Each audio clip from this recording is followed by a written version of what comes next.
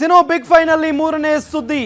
CM Siddaramaiah AI survey ಮಾಡಿಸಿರುವ ವಿಚಾರಕ್ಕೆ ಸಂಬಂಧಪಟ್ಟಂತೆ AI ಸರ್ವೆಯಲ್ಲಿ ಅಹಿಂದ ವರ್ಗಕ್ಕೆ ಮೇಲುಗೈ ಅನ್ನೋ ರಿಸಲ್ಟ್ ಬಂದಿದೆ.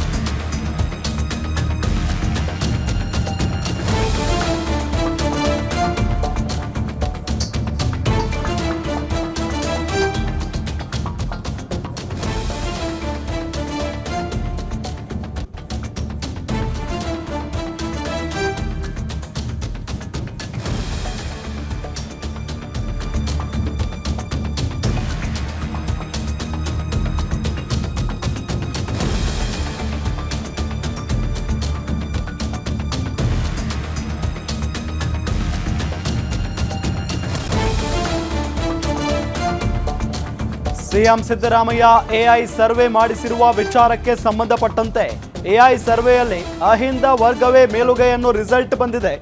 ಸಿದ್ದರಾಮಯ್ಯ ಎಐ ಸರ್ವೆಗೆ ಲಕ್ಷ್ಮಣ ಸವದಿ ರಿಯಾಕ್ಷನ್ ಅನ್ನ ಕೊಟ್ಟಿದ್ದಾರೆ. ಅಹಿಂದ ವರ್ಗ ಸಂಖ್ಯೆ ಹೆಚ್ಚಾದ್ರೆ ಹೆಚ್ಚಾಗಲಿ ಬಿಡಿ,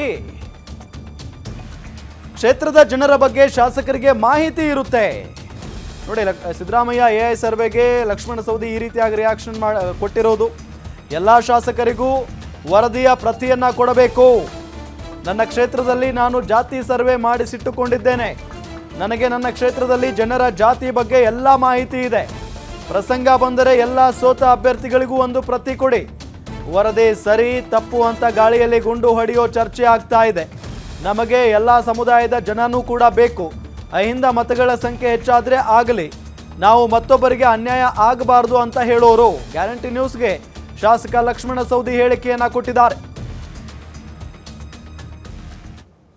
ನೋಡಿ, ಅದರಲ್ಲಿ ಈಗ ಜಾತಿ ಗಣತಿ ಮಾಡಿ ಅನ್ನೋದು ವರದಿ ಮಂಡನೆ ಮಾಡಿದ್ದಾರೆ, ಸಚಿವ ಸಂಪುಟದಲ್ಲಿ ವರದಿ ಮಾಡಿದ್ದಾರೆ. ಅದು ಎಷ್ಟು ಮಟ್ಟಿಗೆ ಸರಿ ತಪ್ಪ ಅನ್ನೋದು ಕೇವಲ ಮಂತ್ರಿಮಂಡಲದಲ್ಲಿ ಚರ್ಚೆ ಮಾಡಿದರೆ ಗೊತ್ತಾಗಲ್ಲ. 224 ಕ್ಷೇತ್ರದ ಶಾಸಕರಿಗೆ, ಎಲ್ಲ ಪಕ್ಷದವರು ಒಂದೊಂದು ಕಾಪಿ ಅವರವ್ರದ್ದು ಕ್ಷೇತ್ರದ ವಿಂಗಡಣೆ ಮಾಡಿ ಅವ್ರಿಗೆ ಕೊಡಬೇಕು.